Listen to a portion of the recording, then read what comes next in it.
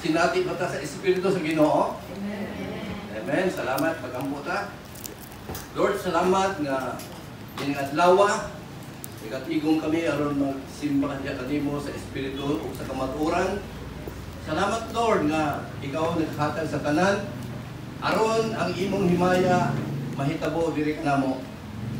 Salamat og dako kay walay laing kinabuhi nga among giangkon ang among gisinati kundili ang imong kinabuhi. Lord, bendisyon kami bisan ang among mga halad karon. Salamat kay tungod kini sa gugma nga imong gibubo pinaagi sa imong Espiritu Santo sa sulod sa among kasing-kasing nagagimok, nagalinog ang imong gugma aron kami mabuhi o magkinabuhi diha kanimo. Bendisyon kaming tanan nga kami magatubo o muhamtong nga among kinabuhing espiritual kay kini maoy imong katuyuan samtang kami nagaginhawa niya sa kalibutan apan Lord tungod kanimo diha kanimo kami nabuhi, diha lamang kanimo kami makalihok ug nahimo kaming mao diha kanimo sa pangalan ni Jesus. Amen. Amen. Kining atong topic karon layang jud ko kay maumay muguwa jud sa akong sulod sa atong kasing-kasing nga magkinabuhi kita maglakaw kita nahiusa sa Espiritu sa Ginoo. Don't you feel the importance of this kind of living? Do you? Do you really? Importante siya. Sa kadaghanang tao, siguro, dili sila layhanani kay ang ilang kinagisnan. Kaya pang pagkakuha nila, lain. Lain. In other words, ang tao is birthed. We are birthed in this Adamic realm of life with a mortal body, not knowing who we are, where we came from, why we are here. So many people, because of that kind, or panghuna-huna, maunang, you don't know. Pero, para nako, I'm always pushing this kind of life because that's who we are. Sabi na kanina, people don't know who they are, where they came from, why they are here. If you don't know, because that's your natural birth. We are birthed in an Adamic realm of life with immortal bodies. So, since we do not know, what do you do? If somebody do not know what kind of life he's going to live. But praise God, when we are born again, when our spirit get regenerated, naatay laing klaseng pagkinabuhi. And this is it. Do you agree? Do you really agree? Mukhang dili yata. I agree. Lami kayo ning atong tunan ron. Ngano? Let me read to you. May nabasa kong lami kayo. When we are birthed into this Adamic realm of life as mortal being, we do not know anything about ourselves, about God, or whatever. Murag, what nang mag-eskwela? Wala yun. Wawut. Because we don't know, we take on the Adamic realm of life. Kaya kung ang tao wala yung hinabalo, he take on the Adamic realm of life, which is human, carnal, fleshly, conscious, limited consciousness. So mga klase sa wala yung kabalo. Apan kita, when we got born again, or experience regeneration, when we are birthed of God, our spirit is birthed of God. When we come to that, yung panghuna-huna, lain yung paglantaw, di ba? Do you agree? O pareho rin hapon? Pareho rin hapon na born again man ta. Na-quicken naman ang atong espiritu ang sulod. Kundi mag-quicken, so just a reminder for all of us, we got born again, or whatever you call that experience. That born again means there is a quickening inside our spirit. Which means our spirit comes in contact with the Spirit of God. Agree? Our spirit comes in contact with the Spirit of God. Whatever we call it, a new kind of experience, as promised by Jesus. It's the life. When we speak about this is the life I'm talking about. Lami ba? The title of our message was taken from this word. But he that is joined to the Lord is one spirit with him. Ang verse 16, ingo na, anybody that is joined to a harlot's body, and that man who will join to the harlot is one flesh. Because the principle is, when two flesh join together, it becomes one. But we are talking about our life, not the flesh in the, not the flesh in the thing. We are talking about our spirit. The moment you are joined to the Lord, your spirit and the Spirit of the Lord becomes one. So there is a reason that we can live and walk in unison with the Spirit of God. First, the Bible says we are commanded to live in the Spirit. If we live in the Spirit, let us also walk in the Spirit. I remember Pastor George always said, the first thing you have to know, you have to be led by the Spirit. To live in the Spirit, there must be a Spirit leading you. And then, after being led, you walk and live in the Spirit. So, dili mawala ang Espiritu. Kay ang atong activate sa atong kinabuhi, the moment you are regenerated, always activate your spirit. The moment you are birthed, then it would be beneficial to operate and activate our spirit. Our spirit being I'm talking about. We have been taught about three categories, three classes of men: natural, carnal, and spiritual. Carnal means babes in Christ. Siging gatas, siging naay mo pagkaon naman ang carnal. Somehow, the Christian lumaki, lutubo, pero hanggang carnal, babes. But here, if we are able to live what we are seeing in the title, then we would not remain babes, but will grow and mature. So, siguro, I imagine siguro para maintindihan talaga natin, first of all, we must believe, we must acknowledge that we are not merely natural flesh and blood being. Kay, ni atas kalibutan, ang pagkilabuhi dire, tawhanan mo yun, unot na mo yun, kalibutanon. But those things, remember those. Tawhanan mo yun, kalibutan, they belong to the carnal realm of life. Do you believe? Do you agree? If you belong to that, unod, lawas, kalibutan, we are classified as carnal. Although we walk in the flesh, we do not fight against the flesh. The weapons of our warfare should not be carnal.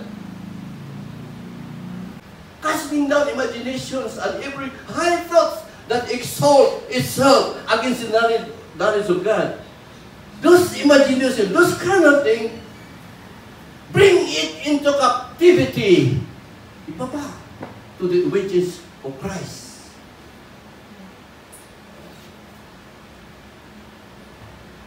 So, kahit hindi man na carnal, but somehow sa atong pagkinabuhi, dili yun Para bang galisod yun ta. Galisod yun ta. Pag kinabuhi diha, in unison with the Spirit. Why? Unsa may problema? Ako, ikaw.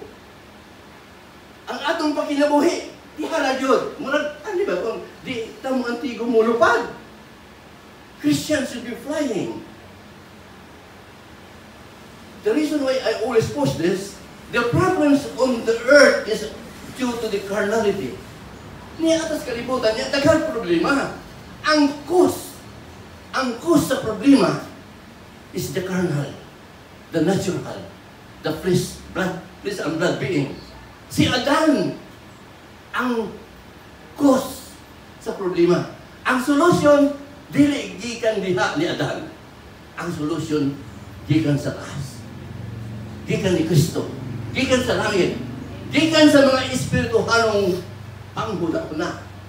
Muna, trying to solve the problem here with is caused by the same system, you cannot. Kaya, we were birthed in the Spirit so that we can solve the problem. See, if until now your solution is from this realm, you cannot.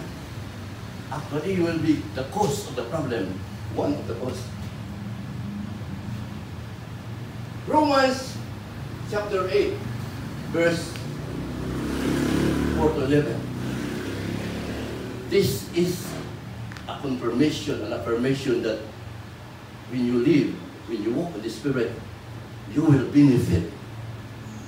You will benefit what has been promised in Romans chapter 8. Daghan ng verses, di ba? Up to 39 pa nga, you will, yung nothing can separate you, life and death. Mga tanan. Pero, magsubod lang sa diri. Romans chapter 8, verses 4 to 11. Actually, what is verses? Sugdan na to sa verse 1 to 3. Bago rin. Ingon ang verses 1 to 3, there is now no condemnation to them that are in Christ Jesus, who walk not after the flesh, but after the Spirit. Lami kayo, di ba? If you walk after the Spirit, you will not be condemned. And you will not also condemn others. Do you? You judge, you're critical to others because you condemn, because then that's not walking in the Spirit. For the law of the Spirit of life in Christ Jesus sets us free from the law of sin and death. What sets us free from the law of sin and death? The law of the Spirit of life that is in Christ Jesus. Importantly diha, you have the life of Christ in you. Kanang law will just follow. The important thing that we are aware of, I have Christ in me, I have the life of Christ in me. Then the law of the Spirit of life that is in Christ Jesus sets you free from the law of sin and death. Di na ka magpakasala. Baka pwedeng di pa ka mamatay. For what the law could not do, in that it is weak through the flesh, God sending His own Son in the likeness of a sinful flesh, for sin, on the account of sin, condemn sin in the flesh. Why? Gihimo na ni Jesus, di ba? Sabi nila kanina, tanang gihimo ni Jesus, pwede na nato. Why? Why did Jesus did that? That the righteous requirements of the law may be fulfilled in us, who do not walk according to the flesh, but according to the Spirit. Those who live according to the flesh set their minds on the things of the flesh. Those who live according to the Spirit, set the minds on the spiritual things. Carnal,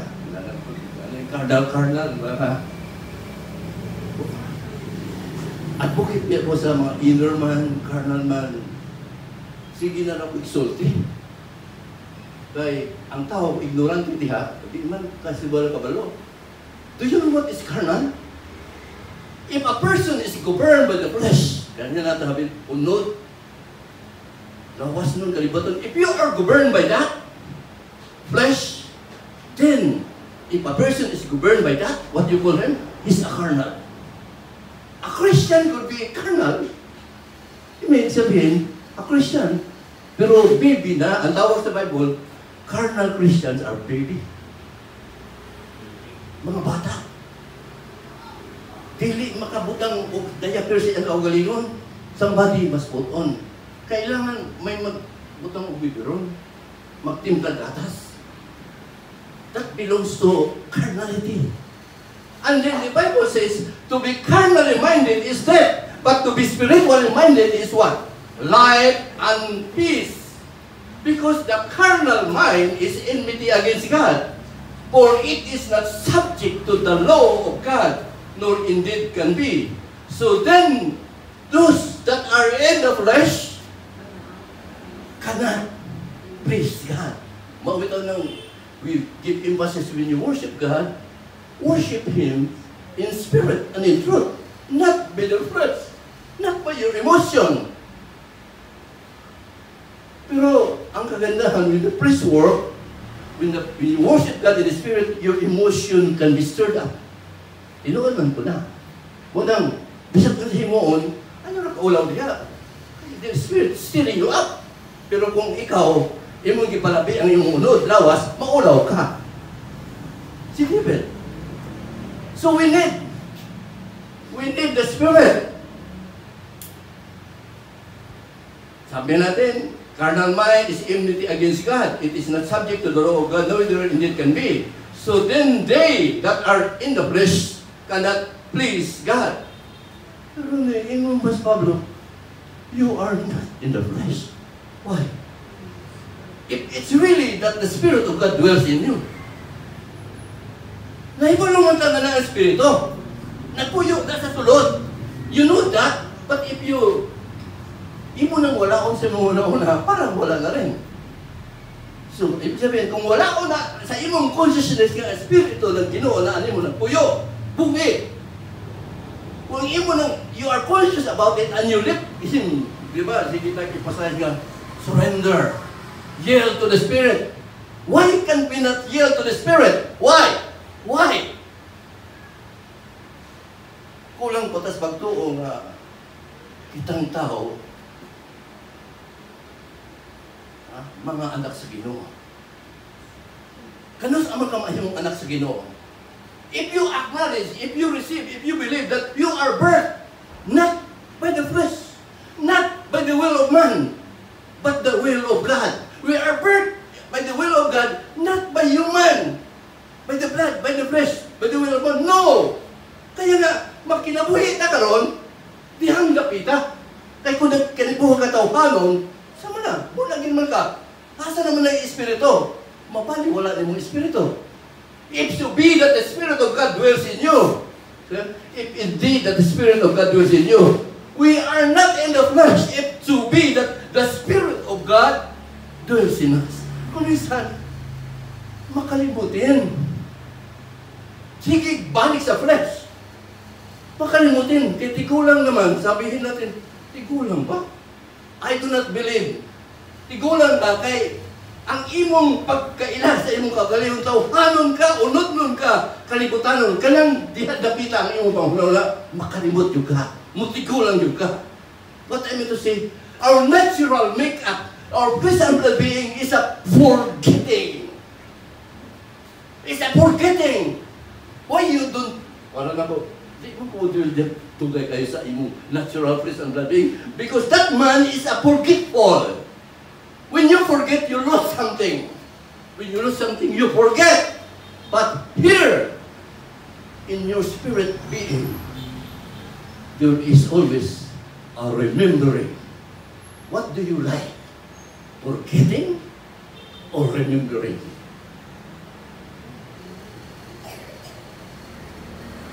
Alam yung natin kulang, may tinuon ba na mga, ang tao na kinabuhi diya sa natural, may mga kulang naman God, nakalimot. Pero ang tao madiha na kinabuhi sa Espiritu, murimain man ang Espiritu. Murimain.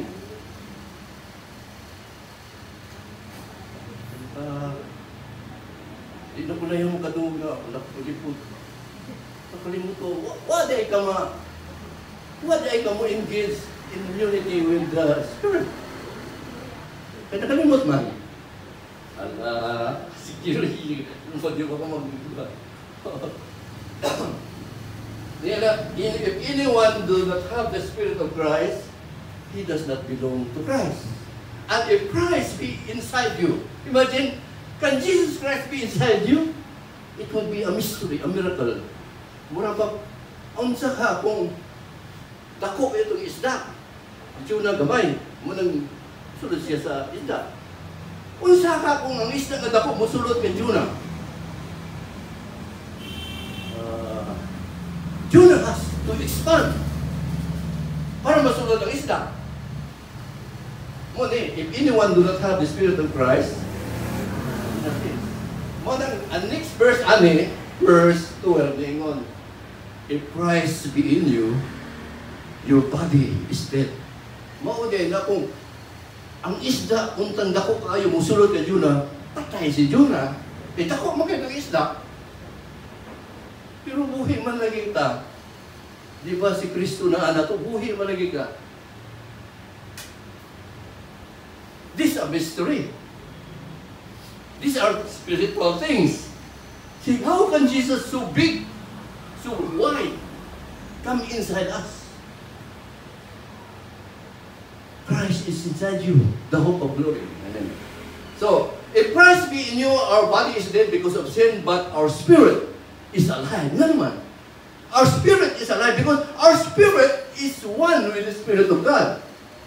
Anybody joined to the Lord, His Spirit and the Spirit of God is one. Our spirit is life because of righteousness.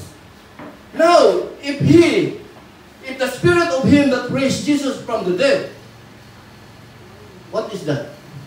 If the Spirit, the Holy Spirit, if the Spirit of Him that raised Jesus from the dead, the Spirit of Christ, the Spirit of God, the Spirit of truth, if that Spirit that raised Jesus from the dead dwells in you, yung saan na po? If the Spirit dwells in you, what is going to happen? Do you know that? What's going to happen? In verse, the Spirit that dwells in us can quicken this mortal body. You have the Spirit who can quicken this mortal body. This body is weak, sickly, naisakit. But the Spirit dwelling inside us can quicken, can make alive. Did you get that? What does it mean to make alive? Kung naa kay kahinaan, maaring sakit sa sulod, that can quicken, can make alive. Do you agree with that? Do you believe on that? Hindi tayo mag-ampo, dapita.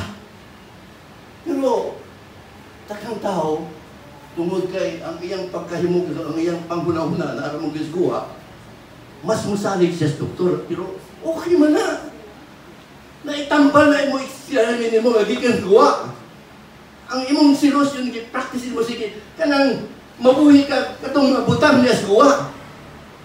Okay na sa natural man. Kaya diya siya mabuhi. Mga butang na sa guwa, isaksak din rin mo. Pero kitang Kristiyano, mabuhi ka pinaagi sa sulod. Kaya na ay mo gimo, ang Espiritu mo gimo, maoy mo ayo. I-practice na ito na. I-practice na ito na.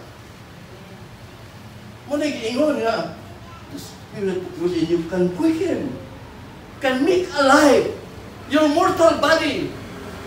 Saad na. Pwede nang nahitabo. Ang tao, may bumong siya buhi maghapon. Kaya mo na nahitabo, wag na siya ma-acknowledge si Jesus. Pero God can work. Amen. Samantay ang disulti. Ang Espiritu man mo, atong palapdan pa. The Spirit of God, dagan na siya pangalan, names, dagan siya mga expression. Sama din the Spirit of the Lord, Spirit of Christ, Spirit of truth, Spirit that raised Jesus from the dead, Spirit that dwells in us. Nadumog na ito natin, di ba? The Spirit of grace, the Spirit of glory and of God. The divine power that gives us all things. Asa pa ta? Nanatanan. Daghan pa kayo ng description sa Spirit, but ang tinutumbok yan, isang Spirit na Ginoo. Ibutanan ganun ng Holy Spirit. The Spirit of God. So, in Isaiah chapter 11 verse 2, it says, Arad shall come forth out of the stream of Jesse. Arad shall come forth out of the stream of Jesse, and a branch shall grow out of its root. Si Jesus na, no?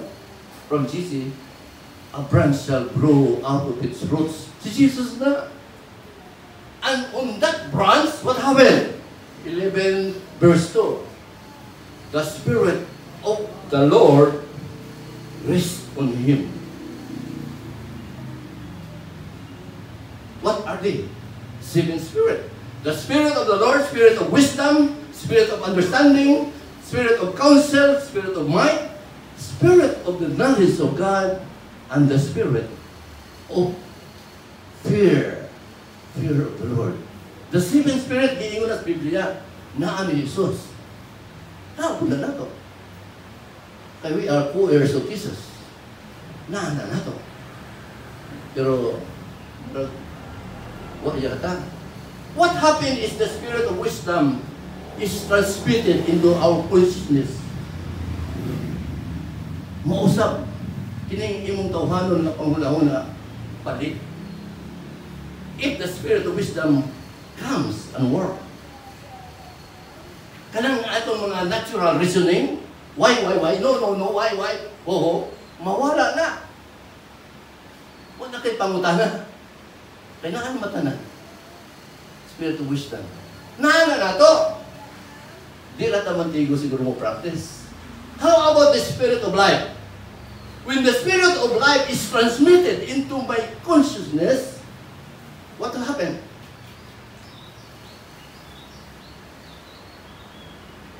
It will attack.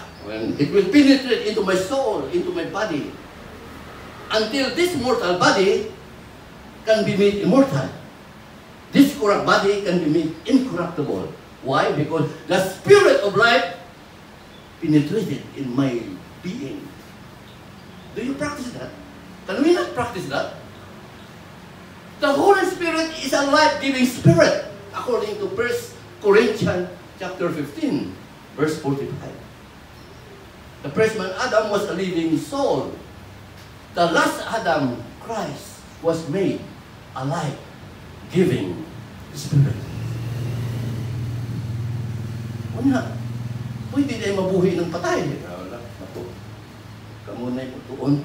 Pasaniingon ang Biblia, the last Adam, Jesus Christ, which is in you, is a life-giving Spirit. Romans chapter 8, man naman eh? Spirit of Christ. Spirit of truth na lang. Spirit of truth, John chapter 14, verse 7. Spirit of truth is a person, di ba? He's got that spirit, but it's a person. Niingon ang John chapter 14, sugdan ako sa 15, 16, 17, niingon man niya, if you love me, you would obey my command. Niingon si Jesus, niingon, if you love me, you will obey me, my commands. And I will ask my Father, and He will give you another helper, who will abide in you forever, whom the world does not see, whom the world does not know. Mo na description. Ang Spirit of truth gihatag aron mo abide in us forever. But before that, ingon siya, ang kalibutan, wala sila kabalo. They don't know. Ang kalibutan, dili na makita. But, you know Him. Allah. Do you know Him? Why? Why? According to verse 17, for He dwell with you and shall be in you. Again, i-practice natin na yan. He dwells with us and He's gonna get inside us. ang kinabuhing Kristiyano. Pamation, unsa ang paghimo, usay, kalayo sa Ginoo. Usay, di tagani kita Ginoo sa atong isig katao. Kailangan usbon ng atong panghuna-huna. Ang tao gihimo sa hulag buhay sa Ginoo, ano di man kakita. Kaya ang imong gihimong pagpananaw, tawhanon man, kalibutanon man, unod nun man, di kakita sa Ginoo diya. Kaya niingon man, ang kalibutan, dili makakita. Dili makaila. Ano sa kaila? Pero kung kita, if we live and walk in unison with the Spirit, kita ng instrumento para makita nila ang Ginoo. Dili na to. Diba? Kung kita maglakaw, makinabuhi niya sa Ginoo, makita nilang Ginoo, kaya ang ulang ningon, they don't know. They don't see, but they will see you, them will see God in you.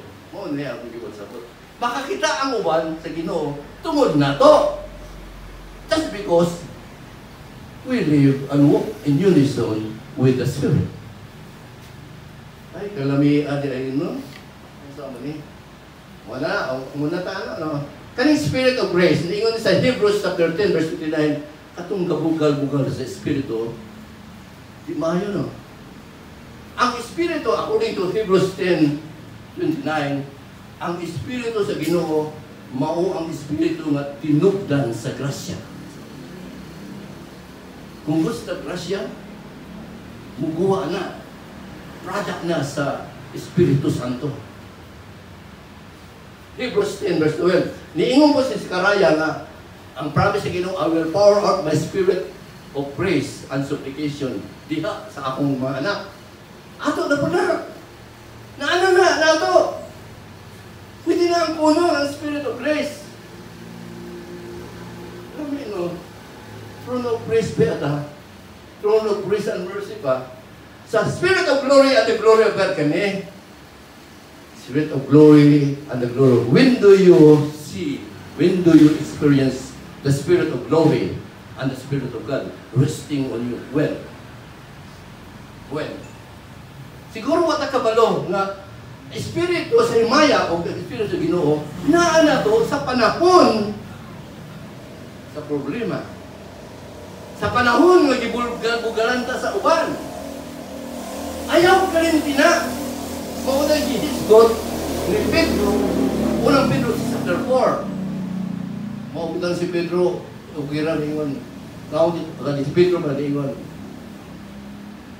since you have received Christ as Lord, prepare yourselves to suffer. Si Pedro lagi even though you have suffered a little while, but the God of all grace is able to restore, to strengthen, to establish. Mauna yung mga tima ni Pedro, mauna yung siya concerning the fiery trials that is going to test you. Kinsa may wala yung problema. Do not think it's strange as those some strange thing happen to you. Ano yung response dapat? Kung na problema, mga pag-antos, kasakit, ano yung response? Ano yung response kung na ay mga kasakit? Niingon si Pedro, bisag si James, si Pablo, si John, ingon gina sila, rejoice that you have partaken the sufferings of Christ. Dugo na ba kaniha? O, naman kahirapan na ba talagang lisod na kayo? Rejoice! Ngayong man ni-rejoice. Because when Christ shall appear, kanang appear, kung sabi kung may in-spirit, when Christ shall appear, don't you believe that when you live, when you walk in unison with the Spirit, what does it mean? He's there.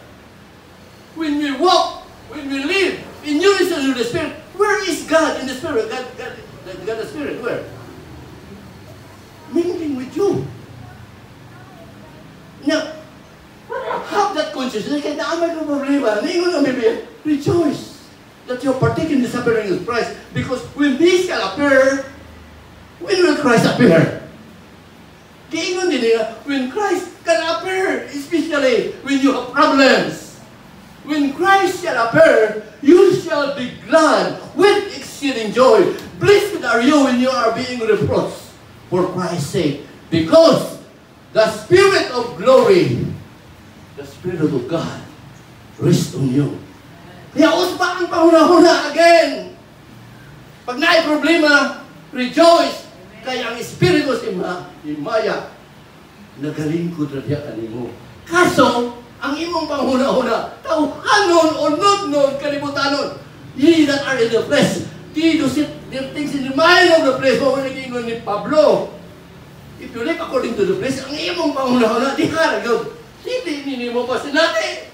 Kaning pulunga pa sinati ini sa espirituhanong tao. Okay na ba? Masinati ni sa tao na kinabuhi niya sa Ginoo. Kung ato yun ang palabawon, ang atong pagkinabuhi niya sa Ginoo, diya sa paghihiusas iyang espiritu, mas labaw na! Sabi ng mga bata karon, kadaghang tentasyon. Ako, ang saong ka na nila. Arita sa 2 Peter chapter 1. Paborito ni Nako. Chapter 1, verses 2, 3, 4. Niingon mo na sa, siguro sa verse 1, ang inyong pagtuo, precious, genuine. Ang pagtuo nga precious and genuine, nag-ingon sa Ginoo, according to Peter, yun siya, you obtain it from Christ. Dili na di kanimo. Another level niya, makaka-fit sa Ginoo, di ba? Imo. Pero niingon siya, the genuine, precious faith, nadawat na nimo, gikan ni Kristo. Dili gikan nimo. Ginoo sa nauta nga naamon tayo pagtuo. Atong maabot sa punto na kining atong pagtuo nga atong gigamit. Pagtuo na ni Kristo. Lain man ang naakay pagtuo, pero lain man po nang nagtuo ka na ang pagtuo ni Kristo, maoy imong i-activate. Kaya kung ang imo, ikaw dahil na. Hindi makita ang Ginoo niya. Kaya imo man, ikaw man, si ikaw man. Pero ni Sir Pablo, you have obtained like precious faith from the Lord Jesus because of His righteous living. Gihatag nimo. Di man na ikaw pang hambog. Ang pagtuo gikan ni Jesus.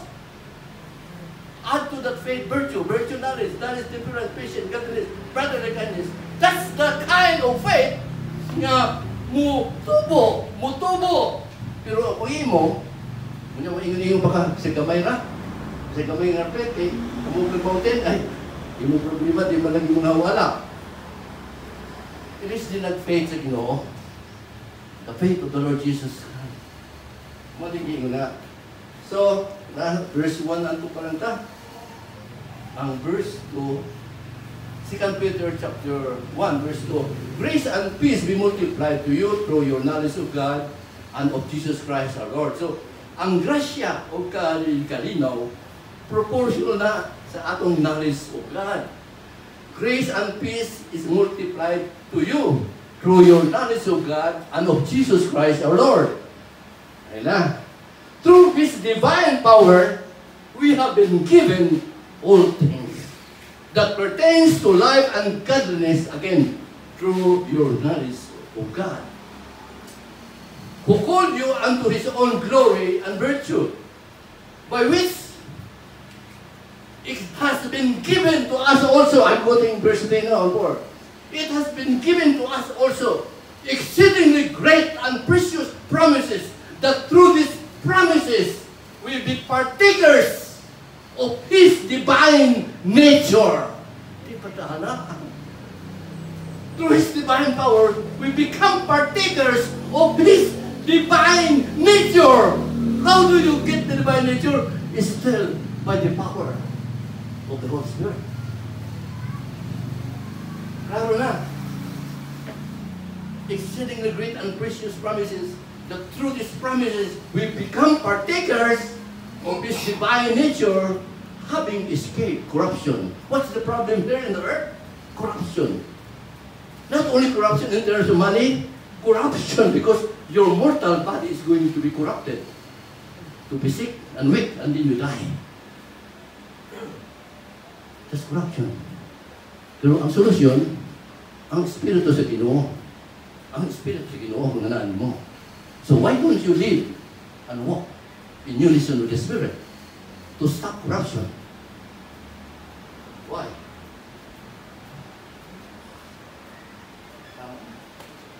Ay, tapos na.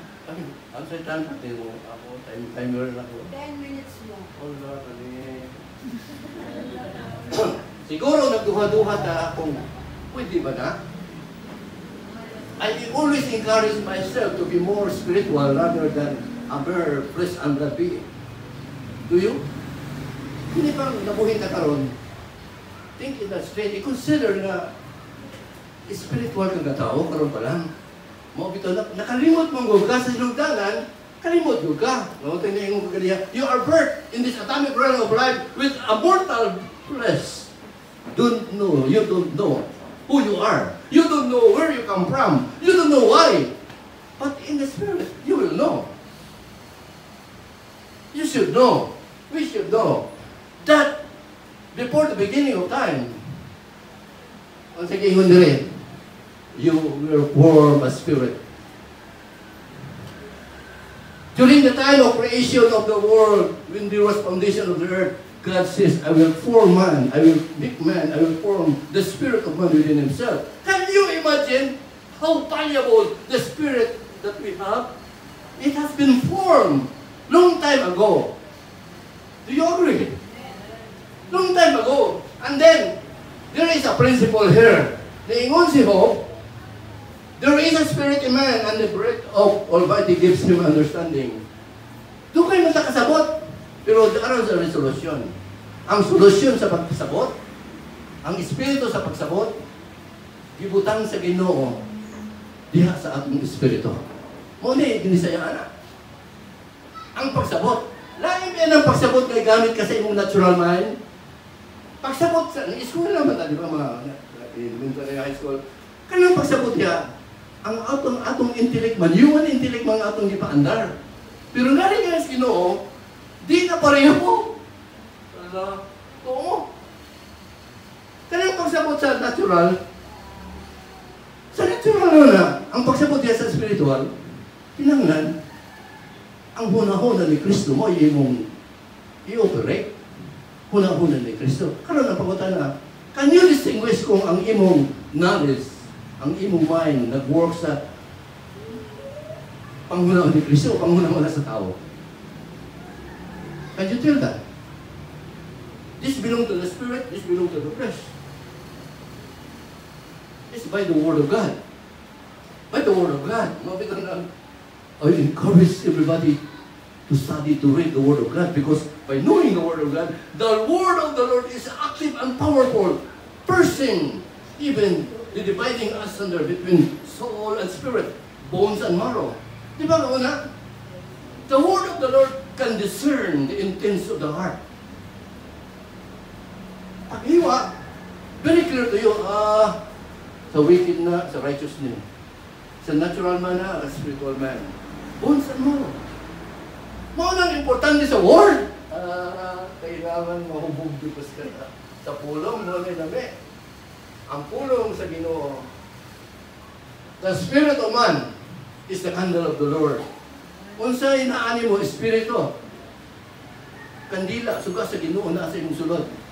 Mabito nang malipay na kaya ko na naagin na kay kung na-diferensya rin akong organ. Kunya, militit na po, Lord, sama ka din sa suga.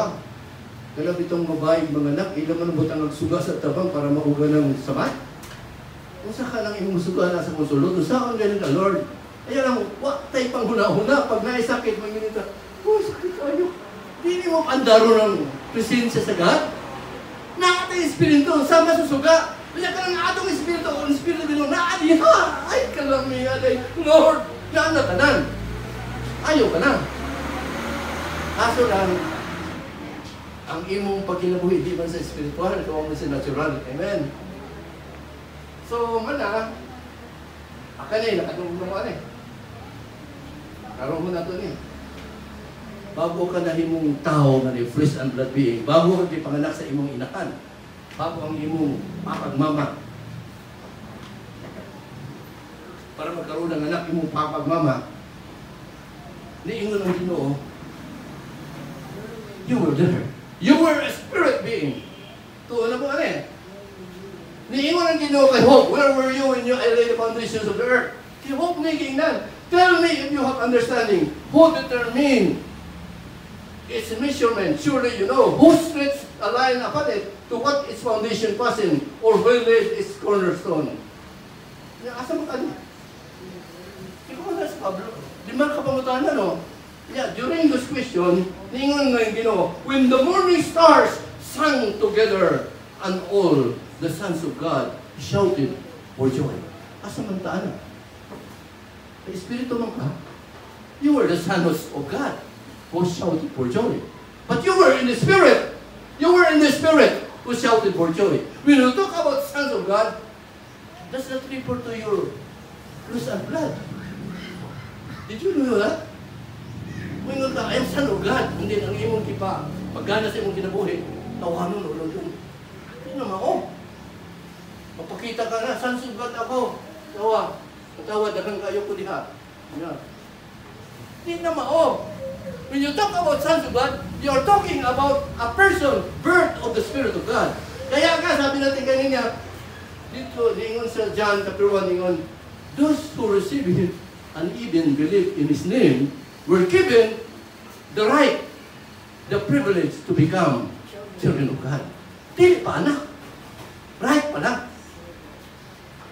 Ang girefer kasi doon na tao, those who believe in Him, those who believe that we are the people not the result of the flesh, not of the will of man, but the will of God. Dapat kasama yung verse 13 nga, kay Son of God man ta, dili ta tao nga bunga ni atong tawhanon, unod doon. Malay atong timanan. Malay timanan. When you are sons of God, meaning, you are more in the Spirit. Imo na, pwede nila mo iangkon. You were, when you are son, you were the son, you were the sons of God who shouted for joy before all creation.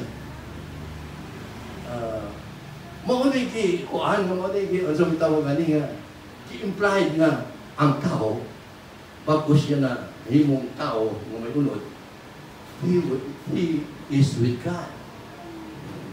Kaya, kung ato na muna na, hindi, mali pa na ta kung mubalik na sa kinabuhi spiritual. Did you get something? Why is it beneficial for us to live and walk in unison with the Spirit? We have better understanding of life and power in the kingdom of God. Mauni, I mean, this is my own opinion, my own observation na kung gusto man yung kong magkinabuhi, maglakaw diya sa Espiritu, in one with the Spirit, I can understand where is life come, where is the power comes, especially talking about the kingdom of God. I would also understand that I would become part of the manifestation of the sons of God, ready for the new millennium ministry. Malalo na, no? Ako na nag-insert para pa, kung sa mga nga, layhan ka magkinabuhi sa Espiritu, o hindi, kayo. Wala yan na kang sakit, mamatay na lang, murag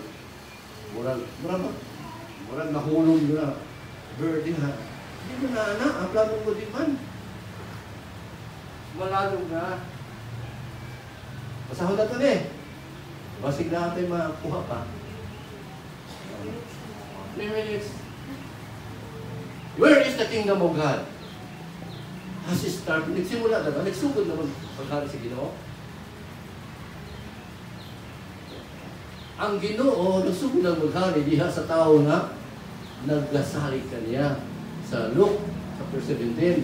Kaya usahay, pahigod ka ni kag paghari ng Ginoo, mubalik ang Ginoo, naku, taghanang rantaw asa to rin, di ba? But the Word of God says, there is no observation. You do not see, here, there.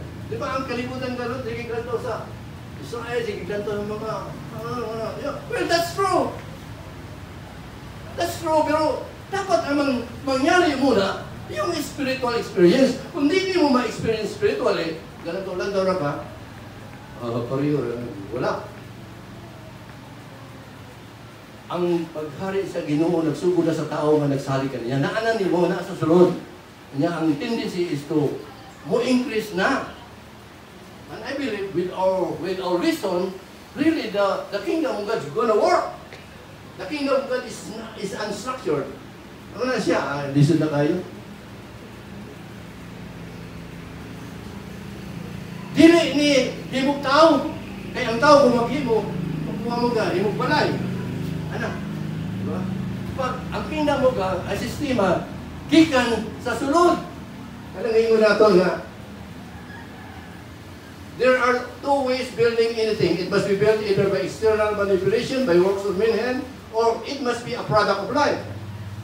For instance, a chair, a automobile, a house, work of man's hand yan. They are works of man's hand. All of design, scientific research is achieved by the power outside of ourselves. Iibo na nagtao. On the other hand, if you look at a bird, a fish, a flower, a tree, kung saan man akong tubo. Itubo na tungod kaya ay kinabuhi sa sulod. Mao po na ang pangharian sa Ginoo, gikan na sa sulod, niya pinaagi sa Espiritu, mudako, mutubo. Masyadong malalim ito.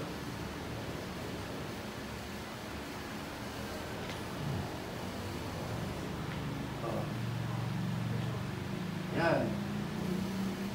Mga problema naman sa unahan, di ba? So, rin yan ako nakita ka sa unahang panahon. For example, kung ang world economy, ang sistema mo collapse, asa man ka? Asa ka? Nakahanda ka kung ikaw kinabuhi na, nagtakaw na, nakiusa sa Espiritu. Mo na, that's the reason why we preach this word. Living and walking in the Spirit. Mag-ampot ha? Manindog ka?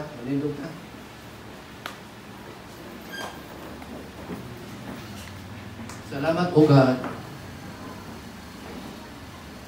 Kaya ikaw o Diyos, nagpapahinumdum ka na mo. Kung unsa kami, diin kami gikan, kung sa'y among purpose. Bisan kani sa mga miaging adlaw, among nadumong, na imong tumong sa matag sa kanamo, mao nga mahisama gayud kami sa imong anak na Jesus. That's our blueprint. You have predestined us to be conformed to the image and likeness of your Son, so that Jesus Himself will be our brother. And that those whom you predestined, you called. Those whom you called, you justified. Those whom you justify, you glorify. Lord, kining among gisgutan.